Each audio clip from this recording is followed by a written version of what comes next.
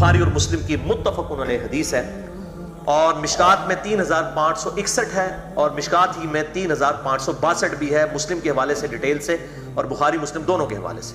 یہ مشہور حدیث ہے، ماعز بن مالک اسلمی رضی اللہ تعالیٰ عنہ کی حدیث کہ ان سے زنا ہوا، آپ صلی اللہ علیہ وسلم کی خدمت میں حاضر ہوئے، کہا یا رسول اللہ مجھے پاک کر دیجیے۔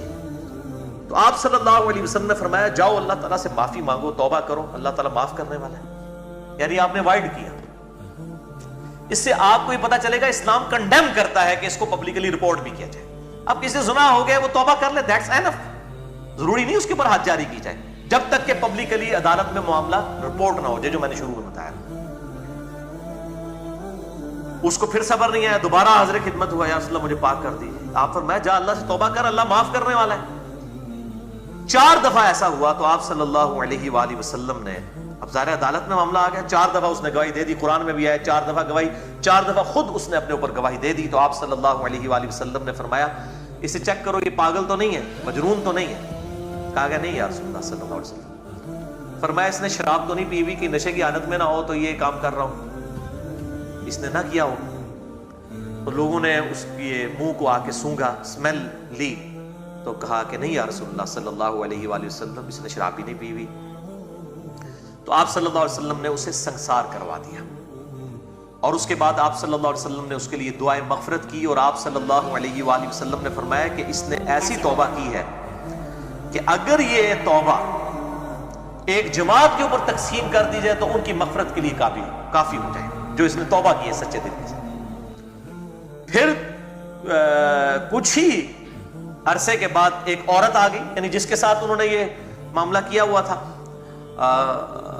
غامدیہ ایک قبیلہ تھا، اسی وجہ سے غامدی صاحب نے اپنے نام کے ساتھ غامدی لگایا ہوا ہے۔ آج تو انہوں بھی ٹروتھ ریویل کرتے ہیں، یہ جاوید احمد غامدی صاحب نے وہ غامدی اپنے نام کے ساتھ اسی قبیلے کی وجہ سے لگایا ہوا ہے۔ وہ جو غامدی قبیلے کی عورت تھی جس نے یہ معاملہ کیا تھا، وہ آپ صلی اللہ علیہ وسلم کے پاس حاضر ہوئی، تو آپ صلی اللہ علیہ وسلم نے اس کو بھی اوائڈ کیا، کہا جا اللہ سے توبہ کر۔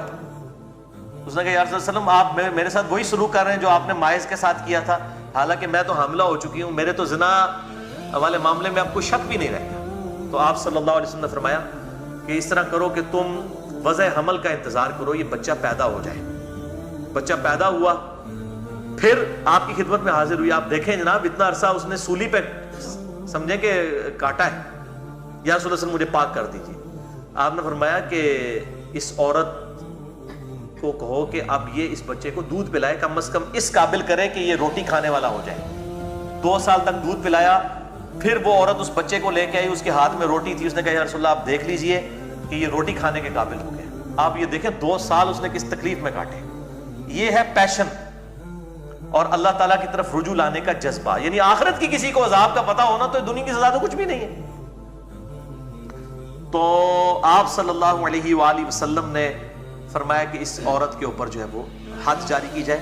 خالد ابن ولید رضی اللہ تعالیٰ عنہ نے اس کو پتھر جب مارا تو اس کے خون کے چھینٹے جو ہیں وہ حضرت خالد ابن ولید کے چہرے کے اوپر پڑے، تو انہوں نے اس کے اوپر لعنت کی، تو آپ صلی اللہ علیہ وسلم نے حضرت خالد ابن ولید کو ڈانٹا۔ بخاری مسلم کے الفاظ ہیں، آپ نے فرمایا اس نے تو وہ توبہ کی ہے کہ اگر یہ ان لوگوں کے اوپر تقسیم کر دی جائے، حتیٰ کہ جو شخص محصول ہے یعنی زبردستی کسی سے چنگی اور ٹیکس وصول کرنے والا ظالم شخص بھی اگر اس طرح کی توبہ کر لے، اللہ تعالیٰ اس کو بھی معاف کر دے گا جس طرح کی توبہ اس غامدیہ قبیلے کی عورت نے کی۔ تو آپ صلی اللہ علیہ وآلہ وسلم نے اس حوالے سے ان کو ڈانٹ دیا۔ یہ الفاظ بھی جو ہیں صحیح بخاری اور صحیح مسلم کے اندر موجود ہیں، اور ابو داؤد اور ترمذی کے اندر اسی حدیث کی آگے ایکسپلینیشن آتی ہے، مشکات میں 3565 ہے کہ وہ جو ماعز نامی صحابی تھے وہ جب ان کو پتھر لگے تو وہ بھاگ گئے، تو صحابہ نے پھر بھی ان کو پکڑ کے قتل کر دیا پتھر مار کے۔ تو آپ صلی اللہ علیہ وسلم تک یہ بات پہنچی تو آپ نے فرمایا جب وہ بھاگ گیا تو اس کو چھوڑ دیتے، شاید اللہ سے توبہ کرتا تو اللہ تعالیٰ اس کو معاف کر دیتا۔ یعنی آپ آخری درجے تک کوشش کر رہے ہیں کہ کسی طریقے سے حریص علیکم بالمؤمنین رؤوف الرحیم، کہ کوئی معافی والا معاملہ ہو جائے۔